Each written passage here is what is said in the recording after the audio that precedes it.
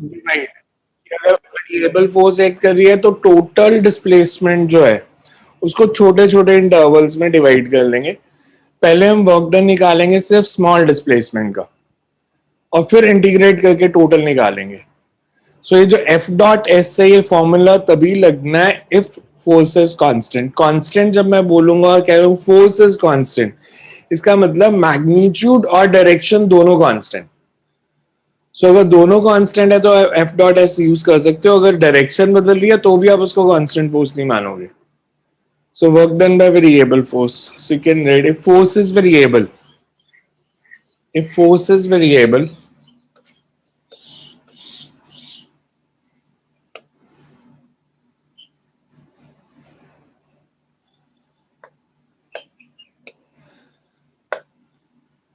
we cannot use the relation F dot S.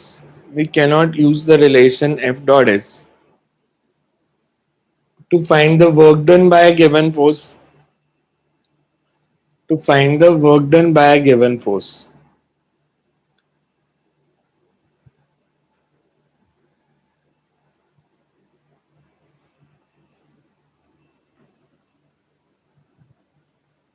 In such cases, in such cases, if body is moving under the effect of, if body is moving under the effect of force which varies, both, which varies either in magnitude or direction or both, either in force which varies either in magnitude or direction or both, we divide total displacement of the body or into direction number, of both.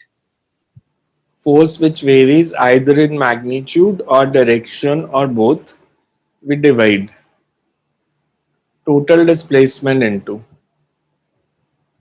number of small displacements dx each, number of small displacements dx each. If we assume that for this small displacement force is F, force acting on the body is F, F के ऊपर vector sign डालना। if for small displacement force acting on the body is F, then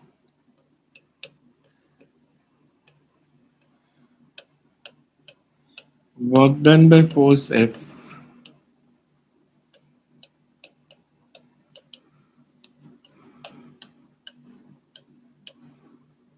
to produce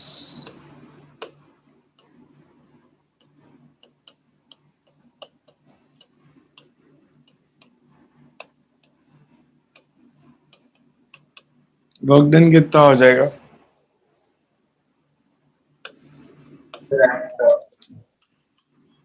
We say dw is equals to F dot dx.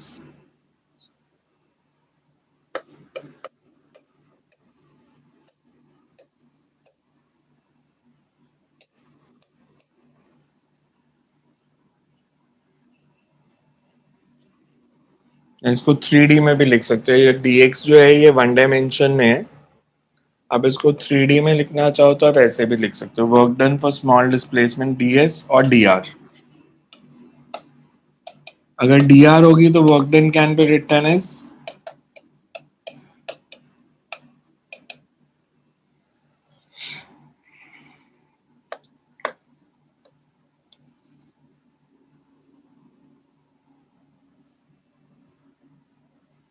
total work done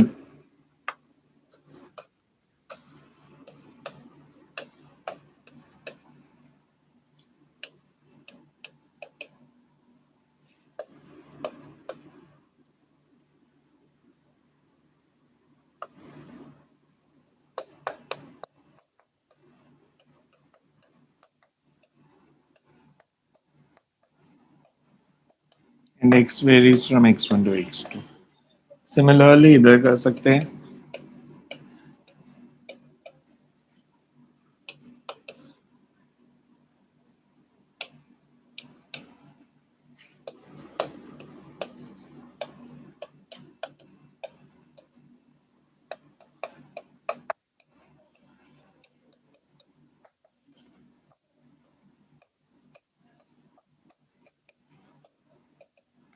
it's F dot D R. Clear है? सो इसको practically use करने के लिए will take one example. ये देखो, इसमें ये तो सिंपल है कि अगर स्मॉल डिस्प्लेसमेंट का निकाल के, बिकॉज इंटीग्रेशन का फिजिकली मतलब क्या होता है? इंटीग्रेशन मींस कंबाइन कर देना सारा, ऐड, बेसिकली एडिशन। तो ऐसे सारे छोटे छोटे वर्क डन ऐड कर दिया तो that gives you the total work done. तो इसलिए हम इंटीग्रेट कर रहे हैं। यू कैन राइट से यही केस कर लेते हैं ग्रेविटेशन पोटेंशियल का। For example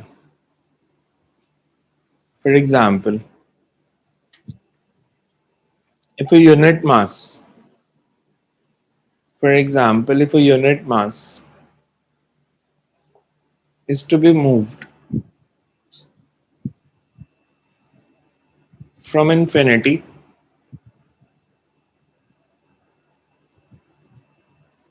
to a point at a distance small r from another mass capital M. Repeat करना। For example, work done to move a unit mass from infinity to a distance small r from another mass capital M, which is fixed.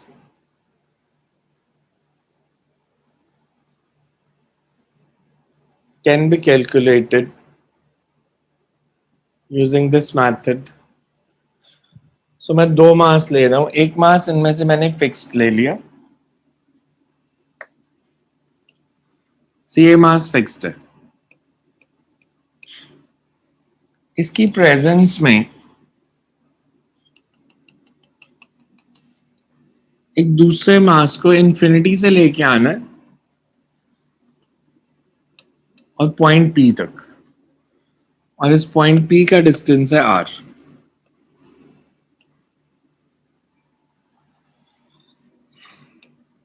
Second mass unit है, मतलब 1 kg है, इसको move करना है। तो हमने work done बताना है। वर्क डन कितना होगा to move a unit mass from infinity to point P. तो हमें टोटल डिस्प्लेसमेंट को नंबर ऑफ स्मॉल डिस्प्लेसमेंट्स में डिवाइड करना पड़ेगा। मान लो मैंने स्मॉल डिस्प्लेसमेंट यहां पे ली,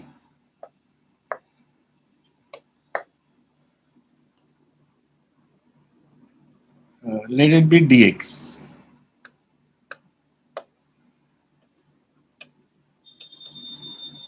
इसका डिस्टेंस है x, मतलब 1 kg का मास इन्फिनिटी से लेके आना है p तक। तो मैंने एक छोटी डिस्प्लेसमेंट ली कि रास्ते में कहीं पे भी उसकी स्मॉल डिस्प्लेसमेंट है dx, जब उसका m से डिस्टेंस है x। इस पॉइंट पे फोर्स कितनी लग रही है इस पे? न्यूटन्स लॉ ऑफ ग्रेविटेशन आपको पता है, it's F is equals to gm1m2 by r square. यहाँ पे एक मास है कैपिटल M, दूसरा मास है 1 kg और इनके बीच में डिस्टेंस है x। तो फोर्स कितनी हो गई? gm by x square. gm by x square. और किस डायरेक्शन में ग्रेविटेशनल फोर्स अट्रैक्टिव होती है, रिपल्सिव? अट्रैक्टिव। अट्रैक्टिव। तो इस पे एक फोर्स लगेगी इस डायरेक्शन में F। F और dx में एंगल कितना हो गया? जीरो। तो वर्क डन कितना हो गया स्मॉल डिस्प्लेसमेंट के लिए? F dx cos 0। और F की वैल्यू हमें पता है gm into 1 by x square. Total work done निकालना है तो इंटीग्रेट, मतलब पहले समझ लो फिर लिखते देंगे हम इसको। पहले मैंने स्मॉल डिस्प्लेसमेंट का वर्क डन निकाला, that comes out to be F dot dx, because F और dx में एंगल 0 होता है। This is F dx cos 0। cos 0 की वैल्यू क्या होती है? 1। और फोर्सेस इस फॉर्मूला में वेरिएबल कौन सा? dx। x वेरिएबल है। x क्या है? x वेरिएबल है, पर x है क्या? x is distance between two masses. Limits of integration होती है initial value to final value. हम कहां से कहां लेके आ रहे थे? इनिशियली दोनों में डिस्टेंस कितना था? Sir, infinity to इन्फिनिटी, और फाइनल डिस्टेंस पी तक लेके आए तो x. आर, एक्स तो किसी इंस्टेंट पे है, पी तक लेके आए तो पी का डिस्टेंस आर है, तो इसे इसको इंटीग्रेट कर देंगे, x varies from infinity to r, lower limit infinity, upper limit r. तो जो टोटल वर्क डन आएगा अगर मैं लिमिट्स पुट करूं infinity to are,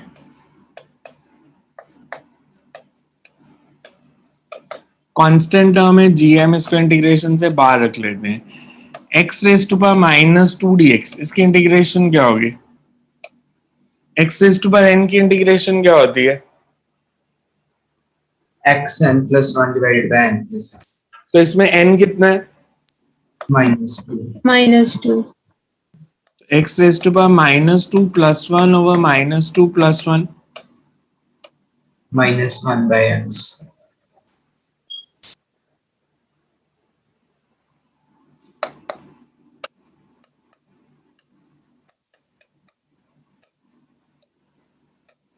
limits put करें तो पहले कैसे, कौन सी वैल्यू, तो पहले r minus one by infinity is 0. 0. This the work done, इसी को हम ग्रेविटेशनल पोटेंशियल बोलते हैं। सो बेसिकली जब भी फोर्स वेरी करेगी तो आपको ऐसे ही कैलकुलेट करना है। अच्छा, कोई और एग्जांपल बता सकते हो अभी तक जो आपने 11th में फोर्सेस पढ़ी उनमें से कोई वेरिएबल फोर्स पढ़ी हो?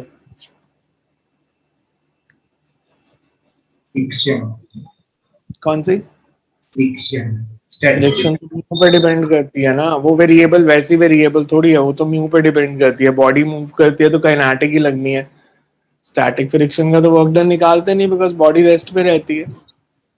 आपने कोई और वेरिएबल फोर्स पढ़ी हो? टेंशन, टेंशन के कारण तो वर्क डन जीरो ही आना है, वर्चुअल वर्क का प्रिंसिपल ही यही था, work done by internal forces is zero.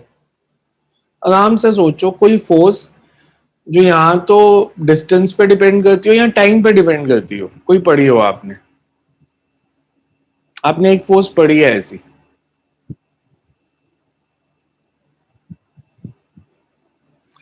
अच्छा मेरे को एक बात बताओ, उससे अगर मेरे पास एक स्प्रिंग है,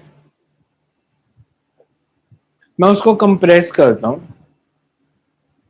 से 2 सेंटीमीटर कंप्रेस करना है मैंने उसको, तो ज्यादा फोर्स कब लगानी पड़ेगी, पहले 1 सेंटीमीटर के लिए या नेक्स्ट 1 सेंटीमीटर के लिए? Next Next one. one. Next one. Because अगर हार्ड स्प्रिंग है तो यू कैन प्रैक्टिकली एक्सपीरियंस की थोड़ा सा तो दब जाता है, उसके बाद बहुत फोर्स लगानी पड़ेगी उसे दबाने के लिए। ऐसा क्यों? रिस्टोरिंग फोर्स का फॉर्मूला क्या था, Hooke's law? Minus kx. Minus kx. X पे डिपेंडेंट था ना, चेंज इन लेंथ, जैसे जैसे चेंज इन लेंथ बढ़ेगा रिस्टोरिंग फोर्स बढ़ेगी, आपको उतनी ज्यादा फोर्स लगानी पड़ेगी। तो अगर आपने स्प्रिंग को कंप्रेस करना है, कंप्रेस करने में जो वर्क डन है that depends on variable force, तो उसमें आप इंटीग्रेशन से ही वर्क डन निकाल सकते हो, वैसे नहीं निकाल सकते, या हम ग्राफिकली भी निकाल सकते हैं। जैसे मैं एग्जांपल लेके बताऊं, इसको लिखते हैं बाद में। आपने कहा कि मेरे पास एक स्प्रिंग है जो इनिशियली कंप्रेस्ड नहीं है, इनिशियली कंप्रेस्ड नहीं है मतलब इनिशियली वो अनकंप्रेस्ड स्टेट में है,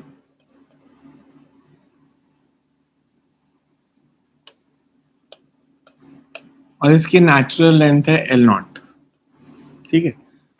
मेरे को इसको कंप्रेस करना है so that it's final length is L not minus x not. तो कितना कंप्रेस किया? X not. तो मैंने पहले स्मॉल डिस्प्लेसमेंट ली किसी इंस्टेंट पे, मान लो इसकी लेंथ थी L माइनस एक्स, और मेरे को इसको dx और कंप्रेस करना है। अगर L माइनस एक्स लेंथ है तो ये कितना कंप्रेस्ड है? L नॉट माइनस एक्स, ये इस स्टेज पर कितना कंप्रेस्ड है? x, x मैंने इस पे फोर्स लगाई और ये x कंप्रेस्ड है। इसमें रिस्टोरिंग फोर्स कितनी है? Kx. kx। किस डायरेक्शन में? Right side left Upward. Side? Left. Restoring force इस डायरेक्शन में है और उसका मैग्नीट्यूड है kx। तो मेरे को अगर इस स्प्रिंग को फर्दर दबाना है, मेरे को इस फोर्स को ओवरकम करना पड़ेगा। Yes sir. तो मेरे को एटलीस्ट कितनी Sir. फोर्स लगानी है इसको दबाने के लिए? KX. यस। मैंने ऐसे फोर्स लगाई kx और इसको फर्दर कंप्रेस किया dx, तो वर्क डन कितना हो गया? Work done for small displacement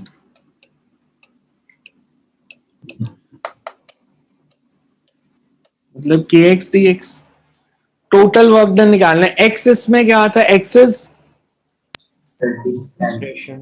now length change in length. Initially change in length कितना था 0 और फाइनल चेंज इन लेंथ कितना है?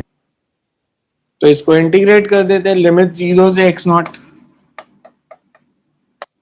टोटल वर्क डन निकालना है तो इसको इंटीग्रेट कर दो kx dx। अच्छा, इसकी इंटीग्रेशन क्या आएगी? k तो कांस्टेंट है, x इज टू पावर 1 की integration x square by 2 X square by 2. क्या आया सॉल्व करके? ax not square divided by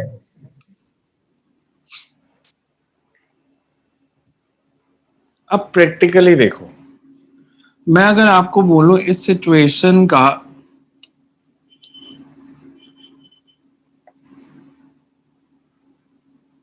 force और चेंज इन लेंथ के बीच में ग्राफ बनाओ, तो कैसा बनेगा? Straight line, non straight line? so non F is equal to kx है, मतलब F अगर डबल होगा तो x भी, x डबल तो F डबल, x 3 टाइम्स तो F भी 3 टाइम्स, तो स्ट्रेट लाइन ग्राफ नहीं होगा। x 0 है तो F कितना? 0 0। तो इसका ग्राफ जो बना वो ऐसे बना।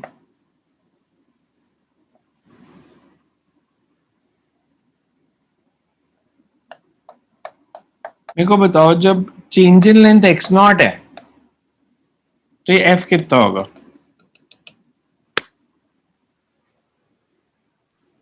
F is equal to kx, तो अगर x की वैल्यू x नॉट है तो F कितना? KX not. x not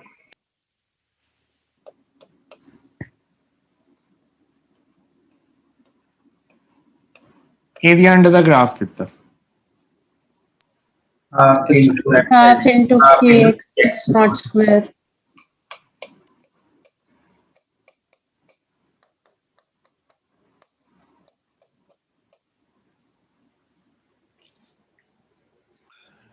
but ये वाला कंसेप्ट, इंटीग्रेशन वाला कंसेप्ट हर जगह लगेगा। ये कंसेप्ट आप तभी लगा सकते हो जब लीनियर वेरिएशन हो, मतलब ग्राफ स्ट्रेट लाइन हो। बिकॉज अगर कर्व बना दूंगा तो फिर एरिया निकालना पॉसिबल नहीं है। हम मैथमेटिकली तो लिख देंगे बट अदरवाइज तो एरिया निकालना पॉसिबल नहीं है। जैसे मैंने बोला इन्फिनिटी से आर तक लेके आए and f is equals to G M by r square, तो ग्राफ कैसा बनना चाहिए था? अगर मैं बोलूं पिछले क्वेश्चन में एफ और आर का ग्राफ बनाओ, इस क्वेश्चन में तो कैसा बनेगा?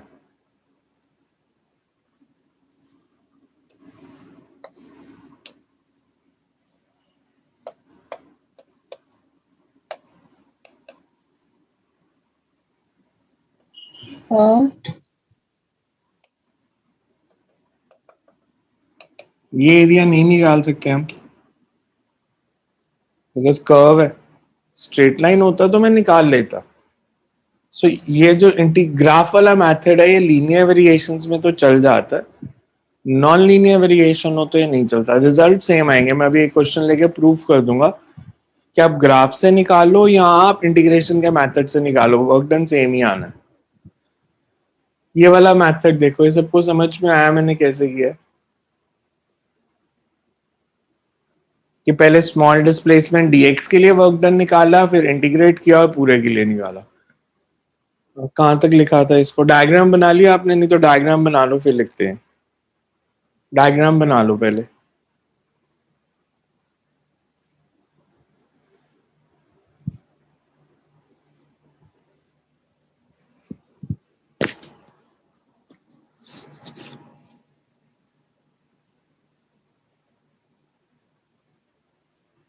लिखना कुछ मत, सिर्फ diagram he banana.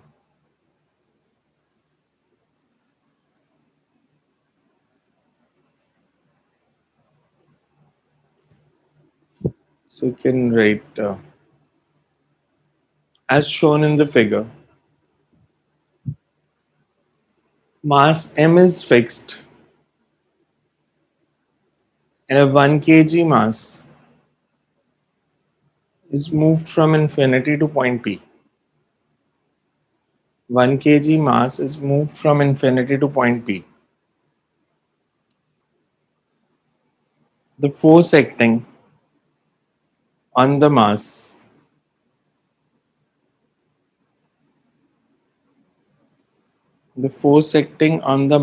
is variable. Therefore,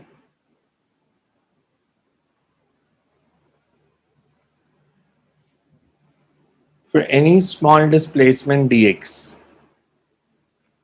at a distance x from m kg,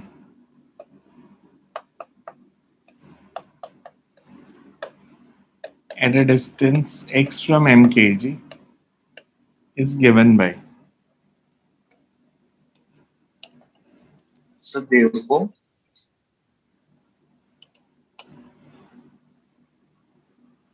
Therefore, work done for small displacement dx at a distance x from a mass m kg is given by. ये लिख लो steps पे.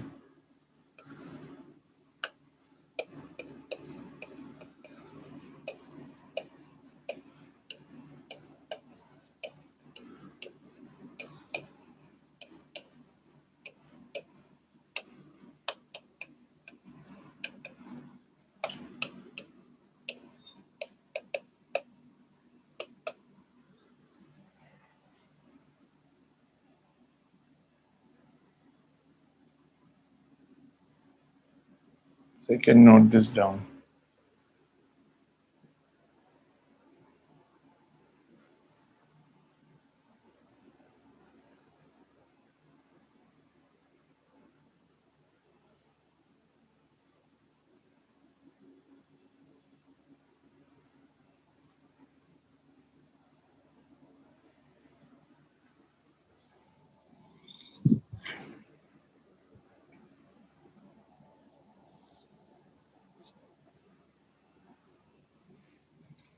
ये graph मत बनाना, this is not required, ये समझाने के लिए बनाया था.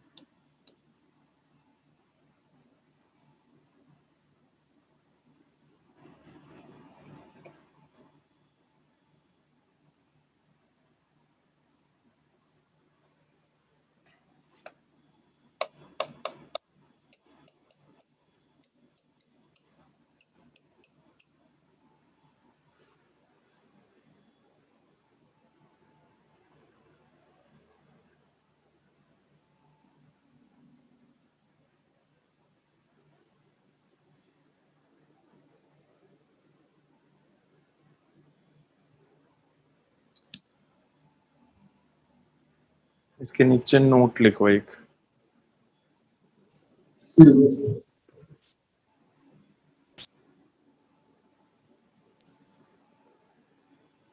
excuse me, sir.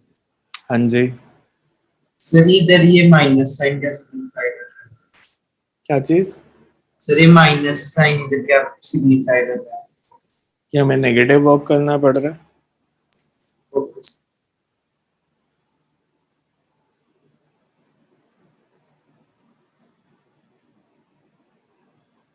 So you can write, इसके नीचे नोट में लिखो. If force acting is variable,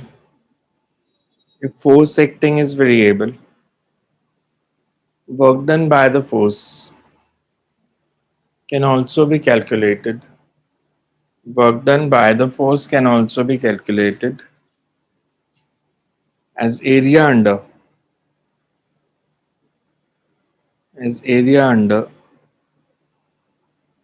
the force displacement graph, where force is plotted on y-axis and displacement or position on x-axis. force is plotted on y-axis, and displacement or Under position. Area under force displacement graph, where force is plotted on y-axis and displacement or position on the x-axis. Displacement or position on the x-axis.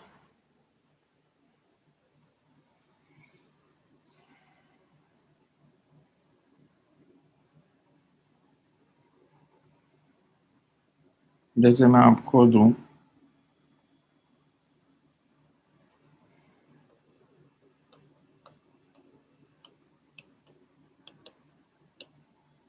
a force F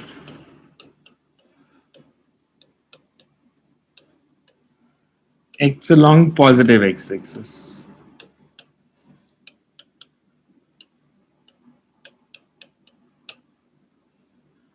Find work done by this force.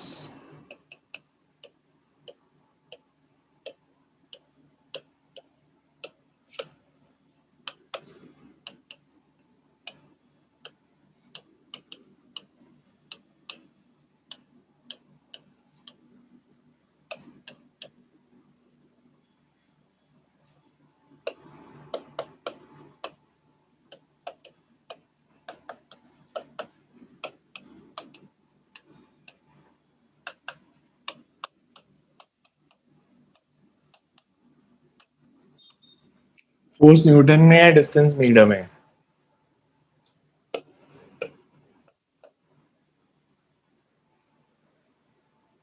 Force acts along positive x-axis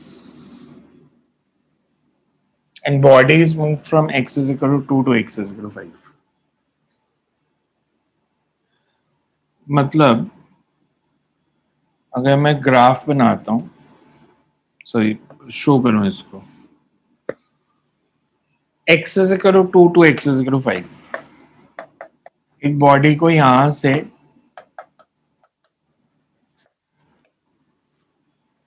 लेके जाना है, force act कर रही है positive x axis के along,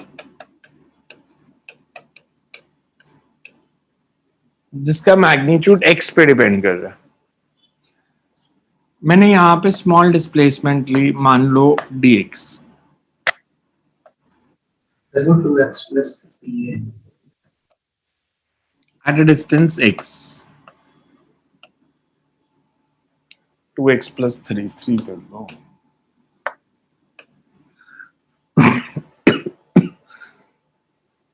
force और displacement same direction में या ऑपोजिट? same. 2 से 5 जा रहे हो, वो भी पॉजिटिव एक्स एक्सिस के अलॉन्ग ही डिस्प्लेसमेंट है, फोर्स भी अलॉन्ग पॉजिटिव एक्स एक्सिस ही है. नेगेटिव एक्स एक्सिस दिया होता तो हम ऑपोजिट लेते, तो फोर्स भी इधर रिएक्ट कर रही है. Work done for small displacement कितना हो जाएगा? अगर मैं आपसे पूछूं work done for small displacement dx, F dx.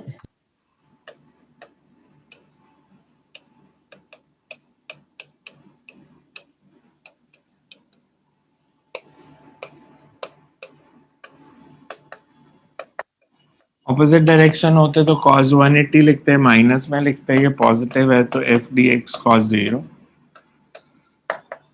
f की value 2x plus 3 into dx. इसमें वेरिएबल कौन सा है? 30 x. x की इनिशियल वैल्यू कितनी है? हमने a से b तक लेके जाना है, तो इनिशियल वैल्यू 2 और final value 5. So total work done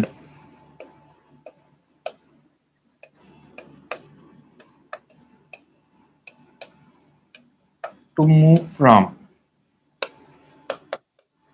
ये लोअर लिमिट हो गई इंटीग्रेशन की और ये अपर लिमिट हो गई. Yes, sir. 2x plus 3 dx 2 to 5. Integration of x dx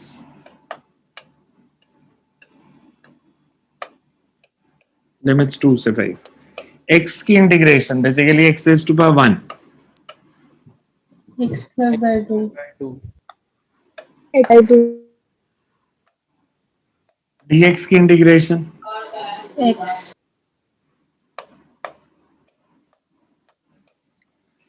ये 2 कैंसिल हो जाएगा, लिमिट्स पुट करेंगे तो क्या आया यहाँ पे?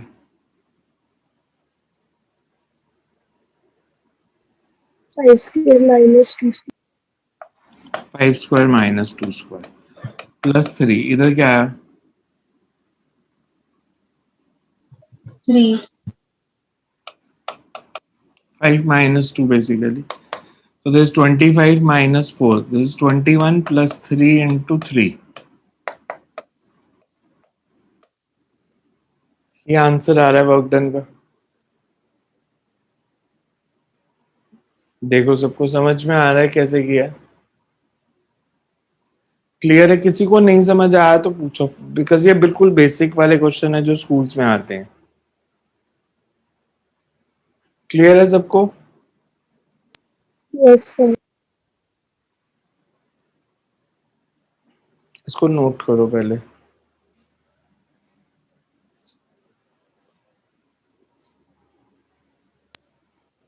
Can you please क्या करूं? कौन सा स्टेप नहीं आया समझ? ग्राफ शेप करा दो? ये समझ आ गया है ग्राफ शेप।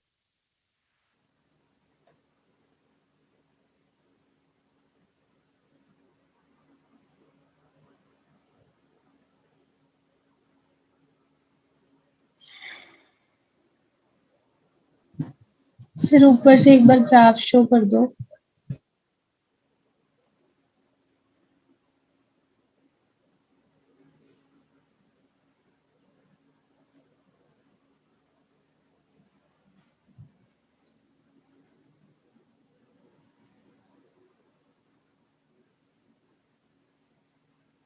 क्लियर है सबको ये?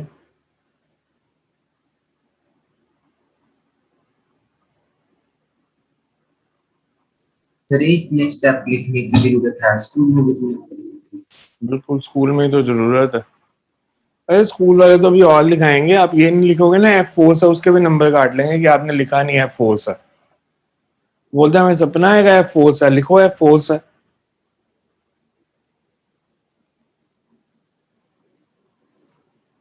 स्कूल में तो बहुत बेकार बेकार चीजों के नंबर कटेंगे आपके, जो बहुत ऑब्वियस है। मतलब एम मास ही होता है, पर लिखना पड़ेगा कि एम मास है।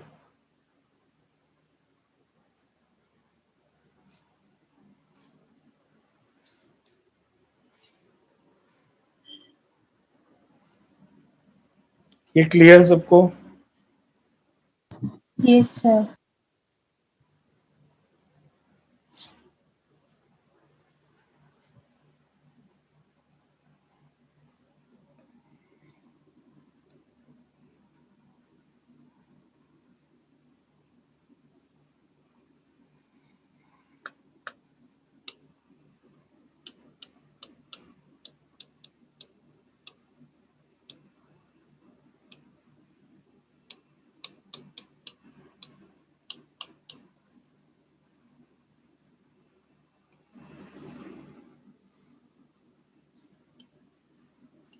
एक्स की वैल्यू 0 है तो F S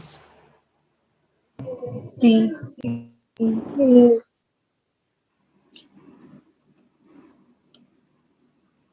x is 1, F S 5 5 7 7 7 9 9 11 11.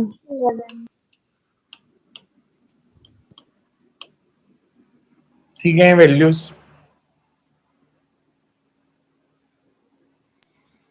Yes.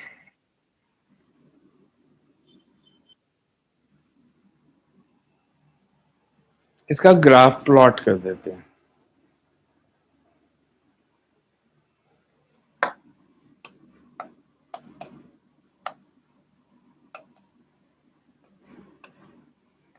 X 0 है तो एफ की वैल्यू 3,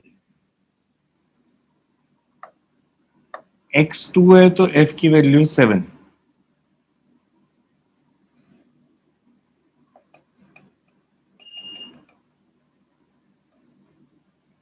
और जब x 5 है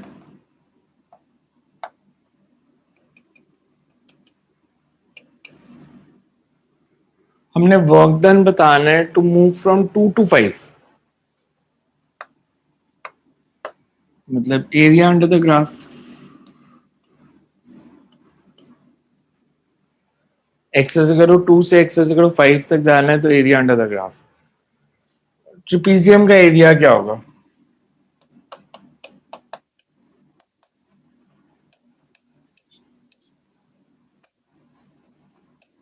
half into sum of parallel sides into I. Parallel sides का सम,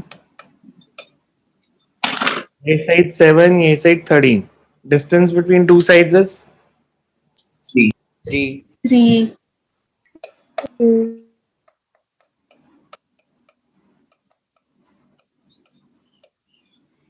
So work done is 30 joules graph से भी।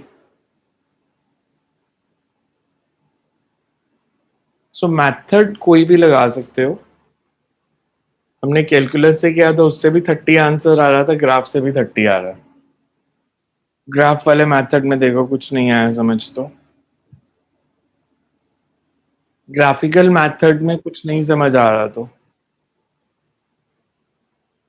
कि आप x के डिफरेंट वैल्यू के लिए f निकाल लो, ग्राफ प्लॉट कर दो। 2 से 5 बोला है तो 2 से 5 का एरिया ले लो, 3 से 5 बोला होता वो ले लेते, 0 से 5 बोला होता तो पूरा एरिया ले लेते।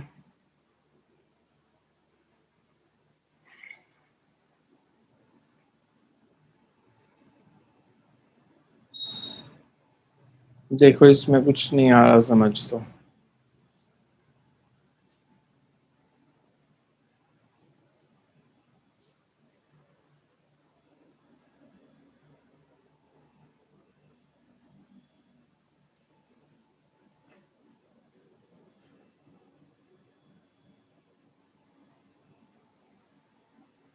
बिकॉज ये चीजें यूज होती हैं प्रैक्टिकल लाइफ में। जैसे मैं आपको, हमने डेरिवेशन की हाफ की एक्स नॉट स्क्वायर, इसका मतलब अगर मैं स्प्रिंग को 1 सेंटीमीटर कंप्रेस करता हूँ, अगर वर्क डन 2 जूल्स है, तो अगर मैं 2 सेंटीमीटर कंप्रेस करूंगा तो वर्क डन कितना होगा? 1 सेंटीमीटर कंप्रेस करने से वर्क डन 2 जूल्स है, 2 सेंटीमीटर किया तो 4 जूल। एक्स स्क्वायर के प्रोपोर्शनल है वर्क डन। एक्स को डबल करोगे तो वर्क डन कितने टाइम्स बढ़ेगा? 4 times. 4 टाइम्स। तो पहले अगर 2 जूल्स था तो वो 8 जूल्स हो जाएगा। भाई अगर मैं बोलता कि 1 सेंटीमीटर के लिए वर्क डन 2 जूल्स है, 3 सेंटीमीटर के लिए कितना होगा?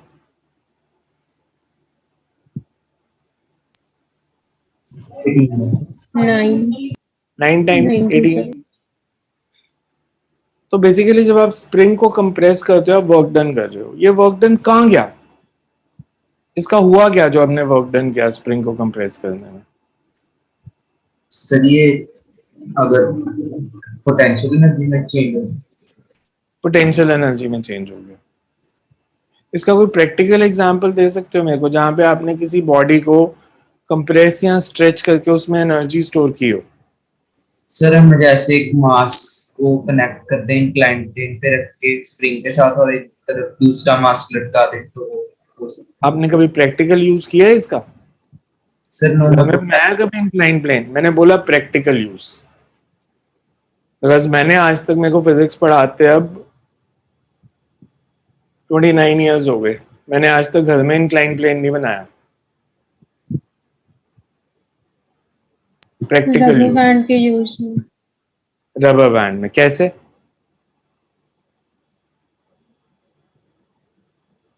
रबर बैंड में कैसे? सर जब हम उसे स्ट्रेच कर देते हैं तो काइनेटिक एनर्जी बन जाती, स्टोर हो जाती है और जब हम उसे छोड़ देते हैं वो पोटेंशियल हो जाती है, पहले भी छोड़ के काइनेटिक में चेंज हो जाती है।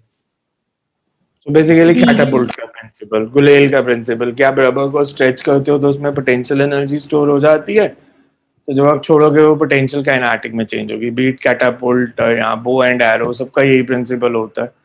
स्प्रिंग गन्स का यही प्रिंसिपल होता है। फर्स्ट टाइम आपने ये प्रिंसिपल कब यूज किया होगा? मोबाइल पे तो गेम्स अब खेलनी शुरू की होंगी, बचपन में कोई चाबी वाले टॉय से खेला था? आप चाबी देते थे तो आप क्या करते थे? You store potential energy in it.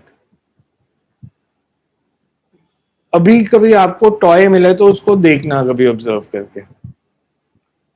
आप जब चाबी देते हो, अगर आप उसको से 2 बारी आपने चाबी दिया, जैसे 360 डिग्री 2 बारी टर्न किया और दूसरी बारी 4 टाइम्स टर्न कर दिया 2 की जगह, तो 4 बारी टर्न करने से पोटेंशियल एनर्जी उसमें कितनी ज्यादा स्टोर हो गई? एक बारी 2 बारी टर्न किया था चाबी को, एक बारी हमने 4 टाइम्स कर दिया, तो स्प्रिंग भी डबल कंप्रेस होगा. स्प्रिंग अगर डबल कंप्रेस होगा तो एनर्जी स्टोर्ड 4 टाइम्स ज्यादा.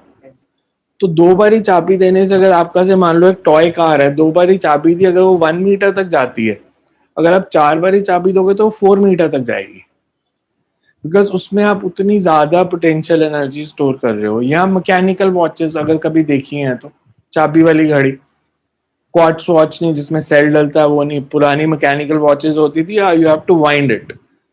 तो आप जब चाबी देते थे स्प्रिंग कंप्रेस हो जाता था, फिर वो सारा दिन चलती रहती थी, स्प्रिंग धीरे धीरे खुलता रहता था. मतलब स्प्रिंग में जो हमने पोटेंशियल एनर्जी स्टोर की थी वो धीरे धीरे काइनेटिक में चेंज होनी शुरू होगी. So these are practical applications where you are converting one form of energy into another. आप वर्क डन कर रहे हो, उससे पोटेंशियल एनर्जी स्टोर हो रही है, वो पोटेंशियल एनर्जी धीरे धीरे काइनेटिक में चेंज हो रही है. So that's how we use it in physics. और कोई भी डिवाइस जो एक फॉर्म ऑफ एनर्जी को दूसरी फॉर्म में चेंज कर दो, उसका कोई टेक्निकल नेम भी होता है. Technical name of a device which changes one form of energy into another. Because बहुत सारी जगह पे एनर्जी कन्वर्जन हो रही है ना. अभी मैंने बोला तो मैंने कौन सी एनर्जी प्रोड्यूस की है? This is sound energy. Sound energy mic में गई, वायर्ड माइक है मेरे पास, इसके साथ वायर लगी है, सो ये वायर्ड माइक है. वायर्ड माइक है तो साउंड एनर्जी किस में चेंज की होगी? माइक ने साउंड को किस में चेंज कर दिया? Electrical energy. इलेक्ट्रिकल एनर्जी में करंट फ्लो की होगी. वही अगर मैं ब्लूटूथ माइक लगा लेता तो वो सीधा किस में चेंज हो जाती? इलेक्ट्रोमैग्नेटिक वेव्स में. फिर वो वेव के थ्रू कनेक्शन बनता लैपटॉप के साथ. तो यहाँ वेव के साथ कनेक्शन नहीं बना, मैंने बोला तो वो इलेक्ट्रिकल एनर्जी में चेंज हुई. इलेक्ट्रिकल एनर्जी में चेंज होके ये लैपटॉप तक गई. लैपटॉप से मोडम में जाएगा ये सारा सिस्टम, सारा सिग्नल जो है, जो मेरा डेटा है, वो सारा मोडम में जा रहा है. मोडम इसको किस में चेंज कर रहा है? कन्वर्ट कर रहा है या नहीं कर रहा? बिकॉज लैपटॉप से मोडम, अभी मैंने वायर्ड कनेक्शन बनाया हुआ. कई बार जैसे आप बोलते हो कि ब्लर्ड आ रही है, तो मैं वायर्ड की जगह उसको वाईफाई पे चला के देखता हूँ कि अगर उससे ठीक होता है. Normally wired is the best when you have to transmit a data. पर क्योंकि 2 कनेक्शन यूज हो रहे हैं, तो अगर कई बार इसे रिलायंस नहीं चल रहा तो उसको एयरटेल वाईफाई से कनेक्ट करके देगा. तो वाईफाई से कनेक्ट करोगे तो that means you are converting it into electrical energy into electromagnetic. फिर मोडम से कैसे जा रही है आगे? मोडम के साथ वायर कनेक्टेड है, तो ये वायर से जाएगी up to some tower. Tower पे again it's converted to electromagnetic wave. Electromagnetic wave में चेंज होगी, फिर आपके घर तक आएगी. आपके घर में फिर रिवर्स प्रोसेस शुरू हो जाएंगे. तो मैंने जो बोला और जो आपके घर तक सिग्नल गया, distance travelled by this signal is through different modes. कभी वायर में, कभी एयर में. मेरे बोलने से आपके घर तक जाने में ये सिग्नल कितना डिस्टेंस रफली कैलकुलेट कर रहा है, ट्रैवल कर रहा है?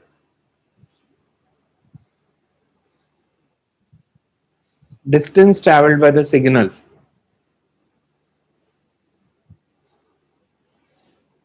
मेरे बोलने से लेके आपके स्पीकर तक जो आवाज आई, या आपके फोन पे जो फोटो आ रही है, या लैपटॉप पे जो पिक्चर आ रही है, the signal has travelled a distance of approximately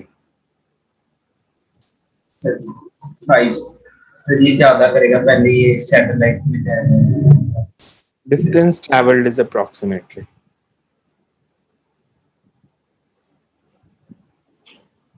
Approximate पूछ रहा हूँ, एग्जैक्ट तो डिफरेंट ही होगा ना. Approximately. और इसमें टाइम डिले कितना आएगा? मतलब मैंने बोला और आपने सुना, इसमें कुछ टाइम डिले आएगा बिकॉज सिग्नल को आपके घर तक पहुंचने में कुछ टाइम लग रहा है. तो वो टाइम डिले कितना है? सर टाइम डिले तो शायद 0.4-0.5 सेकेंड्स होता है. Time delay is 1/4 seconds. Okay, and distance traveled is roughly? Distance traveled is roughly.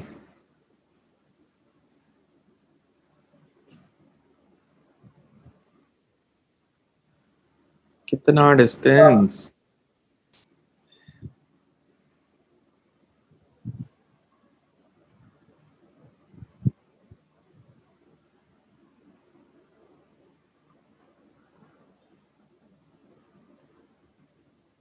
अच्छा, इंडिया का सैटेलाइट कौन सा है?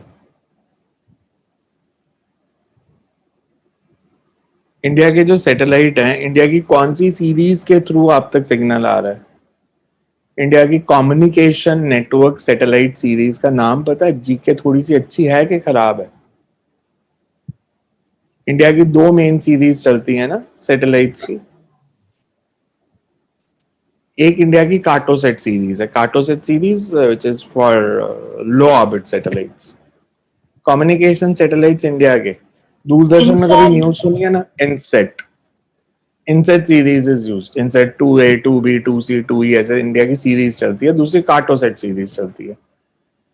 कार्टोसेट सैटेलाइट्स जो होते हैं, they are at a height of 400 kilometre above the surface of earth and they make around 17 revolutions of earth in a day. They are not stationary relative to your point on the earth. वो दिन में 17 चक्कर लगा लेते हैं अर्थ के, जो Cartosat series है. जो इनसेट सीरीज है, these satellites are called geostationary. They are at rest relative to earth. मतलब अर्थ अगर 24 घंटे में एक चक्कर लगाती है, ये भी 24 में ही लगाएंगे, so that they are at rest relative to earth. They are at a height of 36,000 kilometers. तो कम्युनिकेशन सैटेलाइट्स है. कम्युनिकेशन सैटेलाइट्स जो हैं, they will be eight a height of 36,000 kilometre and the time period of revolution is 24 hours, जो communication satellites हैं. अच्छा, अभी satellites की बात कर रहे हैं. अभी मेरे को बताना जरा जी के, अच्छा कोई गूगल नहीं करेगा, रिचर्ड ब्रैंसन के सैटेलाइट की हाइट कितनी थी, किस हाइट तक गया था? जेफ बेजोस का सैटेलाइट किस हाइट तक? ये एटमॉस्फेयर से बाहर निकले हैं कि एटमॉस्फेयर के अंदर ही रहे हैं इनके सैटेलाइट? मतलब बेजोस का या उसका, दोनों की अगर हम बात करें, अभी आपने सुना होगा ना. in atmosphere. So 1 lakh, 2 lakh feet. Something. कितना? 86 किलोमीटर एंड 105 किलोमीटर. एटमॉस्फेयर की हाइट कितनी है? ज्योग्राफी में कभी पढ़ा होगा, आइनोस्फेयर की हाइट 400 किलोमीटर.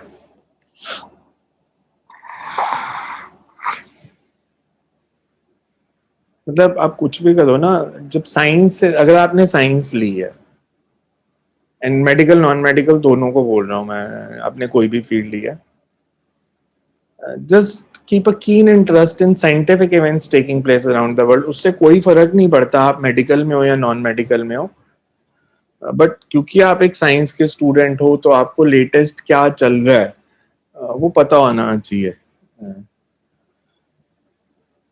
पता होना चाहिए इन द सेंस कि साइंस में लेटेस्ट रिसर्च क्या चल रही है. जैसे मैं वैक्सीन की बात करूं, सबसे इफेक्टिव साइंटिफिक आर्टिकल, अगर आपने साइंस की मैगजीन सब्सक्राइब नहीं की हुई, बीट्स ए न्यू साइंटिस्ट या कोई भी, बट अब साइंस ट्रिब्यून आती है, हिंदुस्तान टाइम्स में एक दिन साइंस पे आर्टिकल्स आते हैं, सो वो सब पढ़ा करो. It will help you in the long run. Help you in the long run कि आपको जब लेटेस्ट चीजें पता चलेंगी तो कई बार इंटरेस्ट बनना शुरू हो जाता है उन सब्जेक्ट्स में, जो वैसे आपको ये सब पढ़ पढ़ के कई बार बोरिंग लग सकते हैं.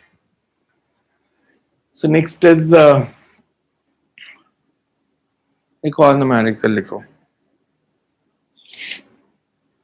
Force F is equals to, force F is equals to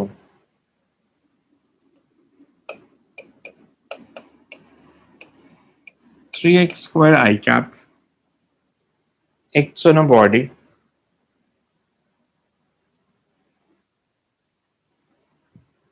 find the work done to move the body from x is equal to 4 meter to the origin and Move the body from x is equal to 4 meter to origin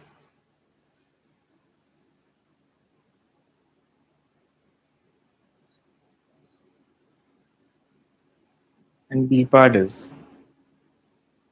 to move from origin to x is equal to 6 meter. To move from origin to x is equal to 6 meter. Also find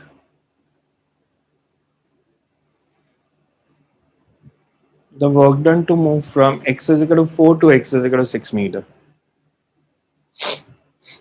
मैंने आपको क्या दिया question? 3 अलग अलग parts दे दिए.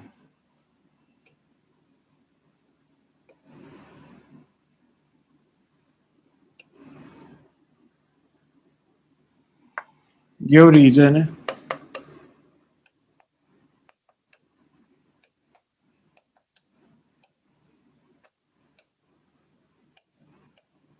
पहले बताना है ए से बी का वर्क,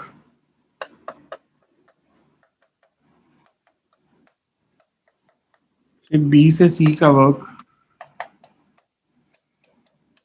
फिर ए से सी का work. F is given as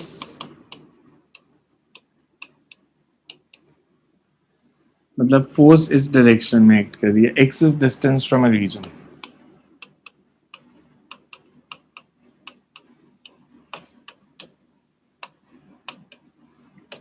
तो एक एक करके करते हैं. पहले अगर मैंने ए से बी का वर्क डन निकालना है,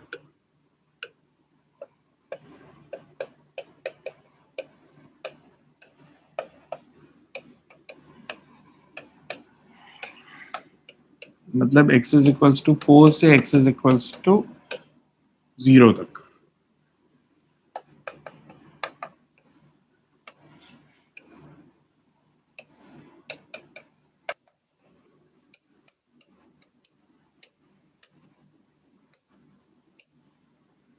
करना सॉल्व क्या आता है?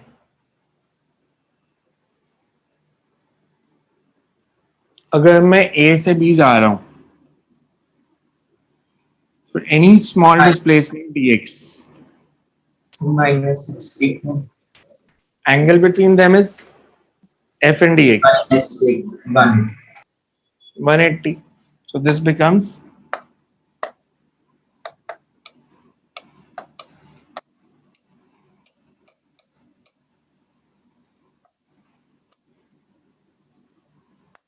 f की वैल्यू डाल देते हैं.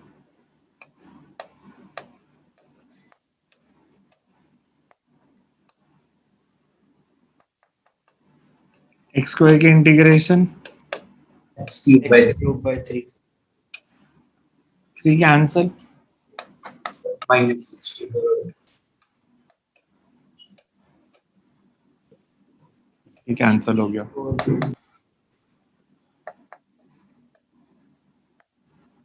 64 जूल्स. माइनस कहां से आया? माइनस तो हट गया.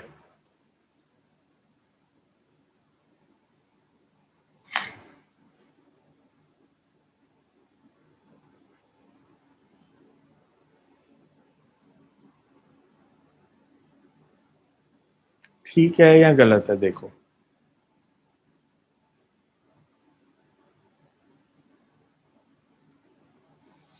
ठीक है या गलत है?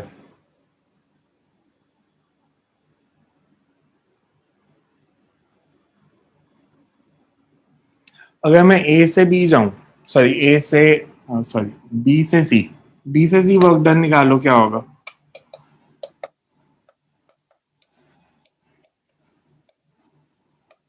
एफ और डी एक्स में एंगल कितना? अगर 0 से 6 जाना है तो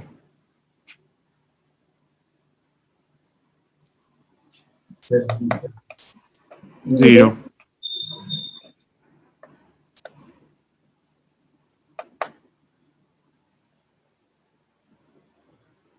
क्या आया? 216 जूल.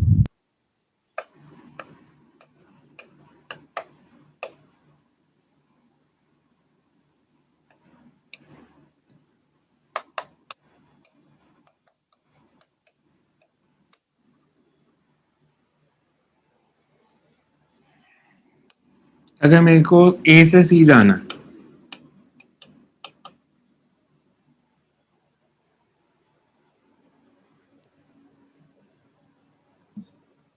ए से C 152 joule. X varies from 4 6. 4 to 6.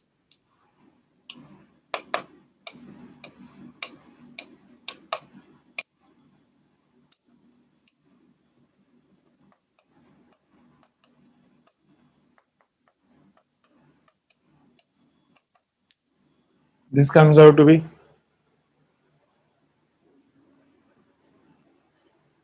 कितना है?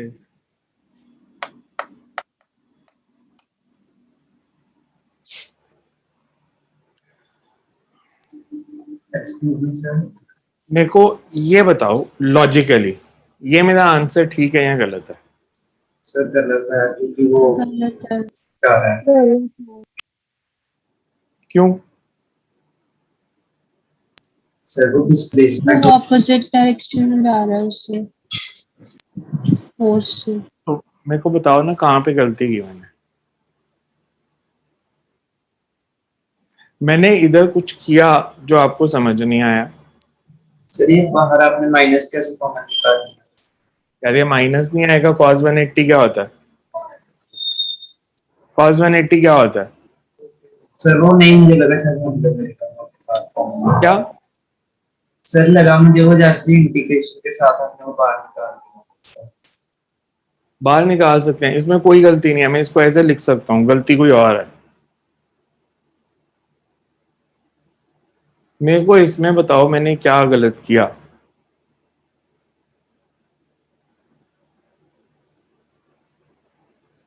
बिकॉज अगर मैं इसको ऐसे ही छोड़ दूंगा, आप मेरी गलती ढूंढ नहीं पा रहे, तो फिर आप ऐसे नोट कर लोगे पर ये है तो गलत।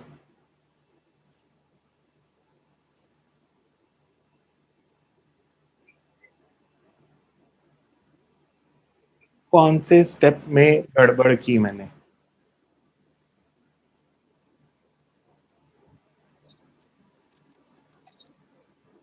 सोचो ना ध्यान से। Highest value. कौन सी? So मैं 4. नंबर करता हूँ स्टेप्स को। सी ए,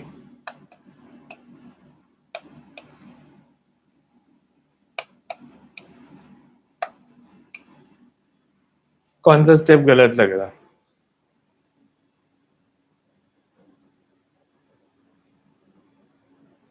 A B C D E, कौन सा स्टेप गलत है? एक तो गलत है।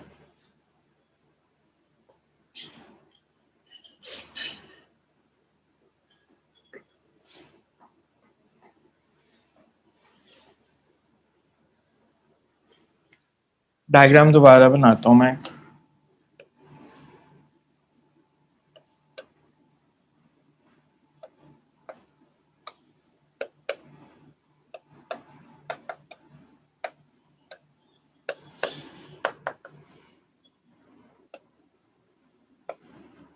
सर आपने लिमिट्स उल्टी डाली है. क्या? सर आपने लिमिट्स उल्टी डाली है. आप ए से बी जा रहे हो तो फिर फोर्स फोर्स ए से से बी जा रहा हूं तो 4 से 0 ही आया हूं, तो नीचे इनिशियल वैल्यू 4 है, फाइनल वैल्यू 0 है। सी स्टेप ठीक है, 4 से 0 ही आए हैं हम।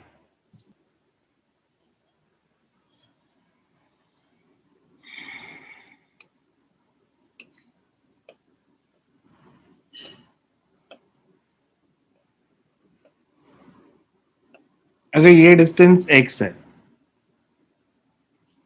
ये कितना होगा?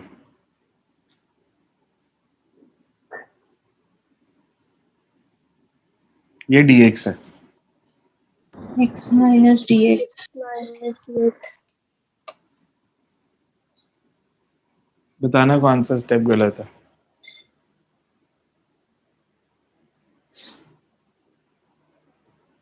डिस्प्लेसमेंट dx नहीं है, माइनस dx है, बिकॉज पहले x था, x से x माइनस dx आए हैं.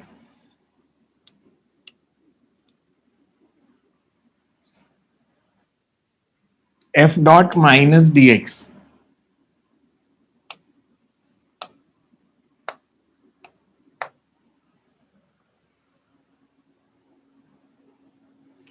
आपको लॉजिकली बिल्कुल क्लियर है, आप A से B जा रहे हो, फोर्स एक्ट कर रही है अलोंग पॉजिटिव x डायरेक्शन.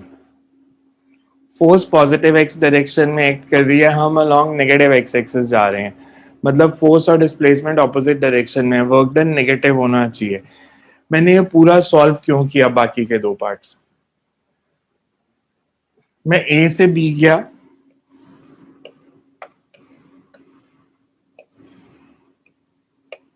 फिर B से C गया, और एक बार मैं डायरेक्ट A से C गया.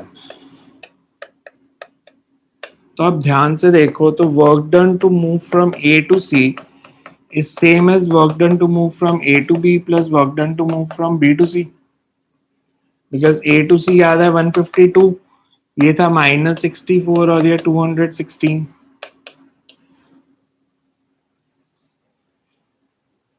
इसका मतलब क्या हुआ, कल लास्ट में क्या बताया था. इसका मतलब क्या हुआ कि forces conservative, work done path पे डिपेंड नहीं कर रहा. आप सीधा A से C जाओ तो भी वही वर्क डन आ रहा है, अगर आप A से B, B से C जाओ तो भी वही. कंजर्वेटिव फोर्स का सबसे कॉमन एग्जांपल बता सकते हो क्या है, और इसकी फिजिक्स में इंपॉर्टेंस क्या है.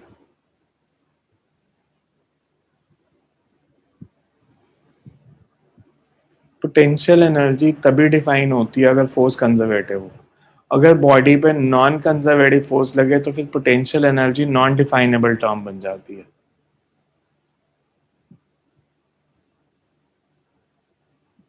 जैसे मैं आपसे बोलूं मेरे हाथ में एक बॉडी है, इसका मास m है. बॉडी एज्यूम कर लो एक बॉडी है, इसका मास m है, इसकी ग्राउंड से हाइट h है. इसकी पोटेंशियल एनर्जी कितनी, ग्राउंड को रेफरेंस लेवल मान रहा हूँ, ग्राउंड को रेफरेंस मान रहा हूँ, mgh yes sir. Minus mgh या 0. सर आपने पॉजिटिव डायरेक्शन कौन सी की? उससे कोई फर्क नहीं पड़ेगा. मेरे पास एक बॉडी थी, मैंने इसको छोड़ दिया, वो यहीं रह गई,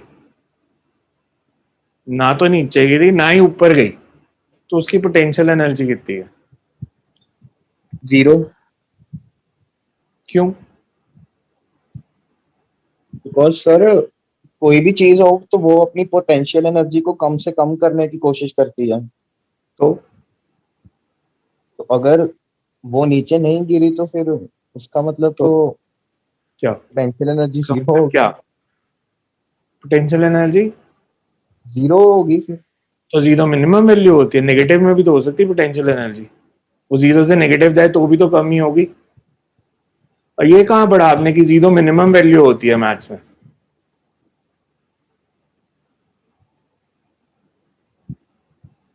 mgh आपकी 9th की बुक में डेरिवेशन थी, कैसे ड्राइव किया था. ये जो फॉर्मूला था mgh, इसको कैसे ड्राइव किया था.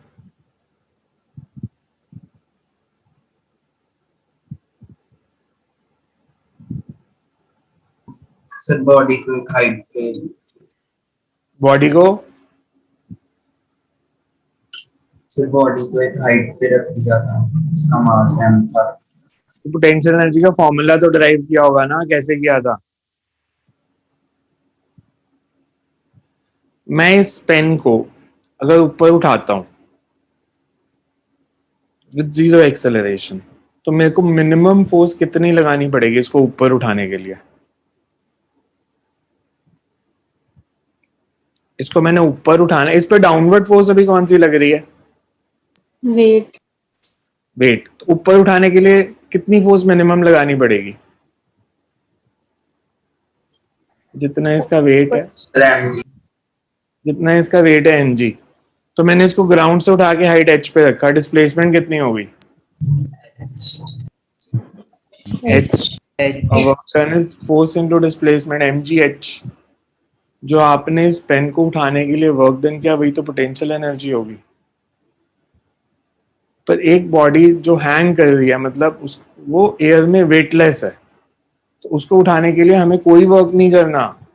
जब हमने कोई वर्क नहीं करना तो उसकी पोटेंशियल एनर्जी भी सीधे ही आएगी। वेयरएज अगर मेरे हाथ में हीलियम बैलून होता तो इसको ऊपर उठाने के लिए वर्क करना था या उसने अपने आप ही ऊपर आ जाना था? अपने आप ही आगे हो जाता। उसको जीरो एक्सेलरेशन से लाने के लिए मेरे को नीचे फोर्स लगानी पड़ेगी, नहीं तो वो एक्सेलरेट कर जाएगा। उस पे नेट फोर्स अपवर्ड लग रही है तभी वो ऊपर जा रहा था, तो उसको वो एक्सेलरेट ना करे, मेरे को डाउन, जैसे ये पेन को छोड़ूंगा तो ये नीचे जा रहा है, तो इसको ऊपर लाने के लिए फोर्स लगानी है। हीलियम बलून एक्सेलरेट ना करे, मेरे को डाउनवर्ड फोर्स लगानी पड़ेगी, तो उसकी potential energy minus mgh। So work and energy related होते हैं, बट अगर ये वर्क डन पाथ पे डिपेंड करने लग जाता कि कौन से पाथ से हाइट h पे लेके आए, तो फिर तो पोटेंशियल एनर्जी डिफाइन ही नहीं हो सकती थी, हर कोई अलग वर्क डन निकाल देता। बट क्योंकि ग्रेविटेशनल फोर्स कंजर्वेटिव है, ग्रेविटेशनल फोर्स का वर्क डन पाथ पे डिपेंड नहीं करता, इसलिए आप किसी भी पाथ से ले आओ वर्क डन mgh ही रहेगा अगर इस पेन की पोटेंशियल एनर्जी हाइट h पे निकालनी है तो, with ground as reference level. So next time करते हैं, आज वाला ही देख लेना एक बार ही दोबारा से, एंड कल करते हैं इसके आगे। PDF Can you please share the PDF? कर दूंगा।